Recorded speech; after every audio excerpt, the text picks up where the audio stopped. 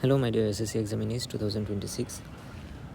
আমরা আজকে Saint Gregory high স্কুলে ইংলিশ ফার্স্ট পেপার টেস্ট পেপারটা সলভ করব। আমাদের এই সিকোয়েন্সে আমরা অনেকগুলো টেস্ট পেপার সলভ করছি, সেই ধারাবাহিকতায় আজকে আমরা সেন্ট গ্রেগরি স্কুলের টেস্ট পেপার সলভ করব। তাহলে চলো শুরু করি। পার্টে human can neither change the sun's radiation not the earth's orbit around the San.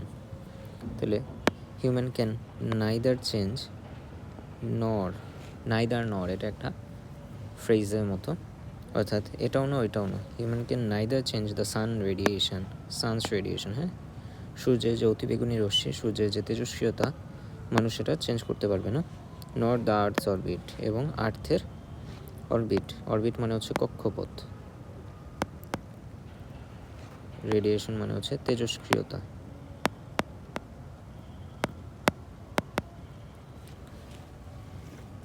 Around the sun, but they can control the increase in amount of greenhouse gases and its effect on atmosphere. কিন্তু তারা কি করতে পারে?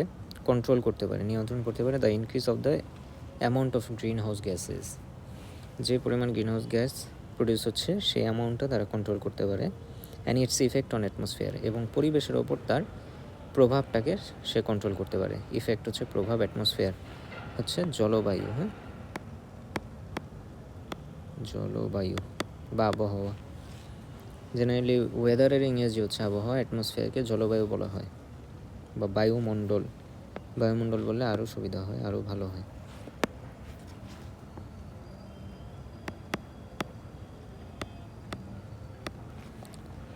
Only during the last 100 years the carbon dioxide concentration has been raised alarmingly in the atmosphere and we humans are held responsible for this.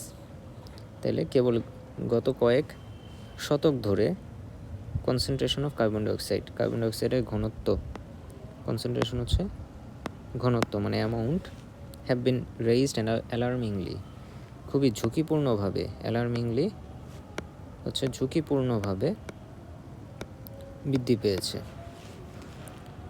In the atmosphere and we human are held responsible for this, এবং আমরা মানুষরা এটার জন্য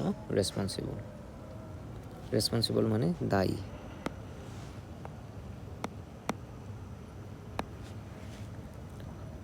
The main cause of increase in carbon dioxide level in the atmosphere is the burning of fossil fuel. তাহলে carbon dioxide বাড়ার প্রধান কারণ হচ্ছে বার্নিং অফ ফসিল ফুয়েল হচ্ছে বার্ন করা বা পুরানো।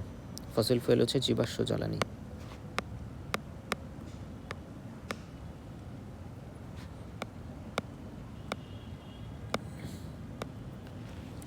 জীবাশ্ম জ্বালানি পুরানো হচ্ছে মেইন কজ কার্বন ডাইঅক্সাইড বৃদ্ধি পাওয়ার। Since the end of 19th century, industrial activities increased rapidly, giving rise to many factories. 19 শতকের পর থেকে ইন্ডাস্ট্রিয়াল অ্যাক্টিভিটি মানে কলকারখানার অ্যাক্টিভিটি অনেক বেশি বেড়েছে, এজন্য কার্বন ডাইঅক্সাইডের অ্যামাউন্টও বেড়েছে। দিস ফ্যাক্টরিজ রিকোয়ার এনার্জি, এই ফ্যাক্টরিগুলো চলতে শক্তির প্রয়োজন।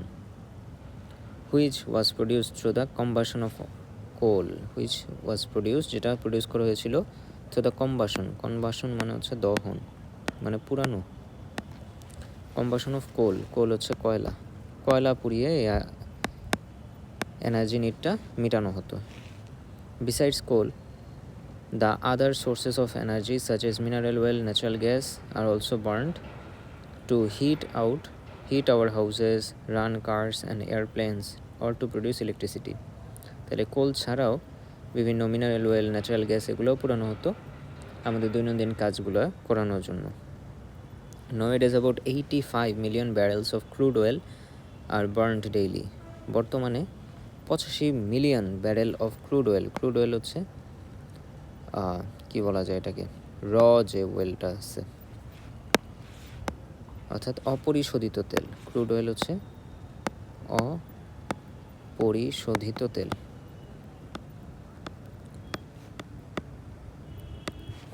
আর বার্নড ডেইলি, তাহলে বর্তমানে প্রতিদিন 85 মিলিয়ন অপরিশোধিত তেল এর ব্যারেল পুরানো হয়।